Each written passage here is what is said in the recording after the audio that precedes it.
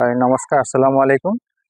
প্ৰত্যেক বছৰৰ দৰে এইবাৰো হজৰত আজানপীৰ দৰগাহত দুদিনীয়া কাৰ্যসূচীৰে আমাৰ বাৰ্ষিক অধিৱেশন আৰু জিয়াৰত অনুষ্ঠিত কৰিবলৈ লোৱা হৈছে।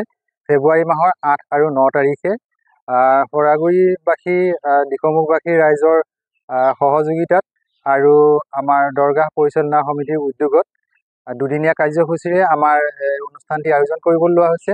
প্ৰথম দিনাখনে ফজৰাবাদত আমাৰ প্ৰথম কাৰ্যসূচী জিয়াৰত আৰম্ভ হ'ব, জিয়াৰতৰে আৰম্ভ হ'ব। তাৰপিছত পতাকা উত্তোলন আছে আৰু বিভিন্ন জিকিৰ অসম ভিত্তিক এটা জিকিৰ প্ৰতিযোগিতা আমাৰ প্ৰত্যেক বছৰৰ দৰে এইবাৰো হ'ব।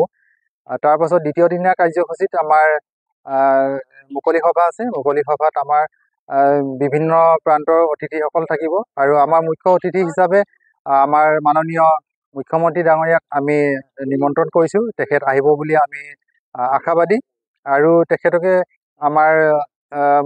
তেখেতকে ধৰি বহুকেইজন আমাৰ বিশিষ্ট ব্যক্তি আমাৰ লগত উপস্থিত থাকিব বুলি আমাক আশ্বাস দিছে। আৰু 2:30 2:30 বজাত আমাৰ বছৰেকীয়া যোনটো দোৱা আছে, দোৱা সম্পন্ন হ'ব। দোৱাৰ পাছত চিৰণি বিতৰণ। তাকে আমাৰ অসমবাসী সকলো ৰাইজক আমি অনুৰোধ জনাইছোঁ যাতে আমাৰ এই কাৰ্যসূচীত আহি সকলোৱে অংশগ্ৰহণ কৰে আৰু আমাৰ এই অনুষ্ঠানটি সফল কৰি তোলাত। আসসালামু আলাইকুম। মোৰ নাম শেখ জাহিদুৰ ৰহমান। মই আজানপীৰ দৰগাহৰ বৰ্তমান খাদিম।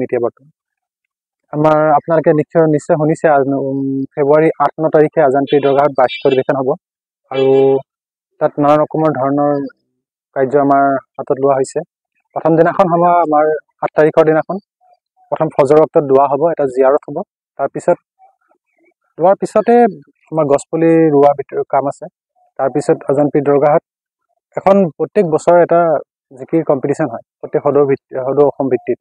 বিশেষকৈ সৰু ল'ৰা ছোৱালীৰ পৰা ডাঙৰ 15 বছৰ বয়সলৈকে তাত জয়ীসকলে সহকাৰী জিকিৰ কম্পিটিশ্যনত ভাগ ল'ম বুলি ভাবিছে। আজানপীৰ দৰগাহ কমিটিৰ লগত জড়িত তেওঁলোকে যোগাযোগ কৰিলে হ'ব, সুবিধা হ'ব। আৰু 9 তাৰিখৰ দিনাখন বিশেষকৈ 10টা বজাৰ পৰা আজানপীৰ দৰগাহত বিশিষ্ট অতিথিসকল আহিব। নানা ৰকমৰ ধৰণৰ আমাৰ শিৱসাগৰ জিলা উপায়ুক্ত আহিব আৰু নানা ৰকমৰ বিশিষ্ট অতিথিসকল আহিব। আৰু 2:30 বজাত আজানপীৰ দৰগাহত এটা সমজুৱা দোৱা হ'ব। এই দোৱাটোৱে আজানপীৰ দৰগাহত প্ৰত্যেক বছৰে এটা দোৱা হয়। তাৰ কাৰণে প্ৰত্যেক ৰাইজৰ অসমৰ প্ৰত্যেকটো জেগাৰে হিন্দু মুছলমান প্ৰত্যেকজন ব্যক্তিকে আহ্বান কৰিলে যে ইয়াত আহি পেলাই সহায় সহযোগ কৰিব।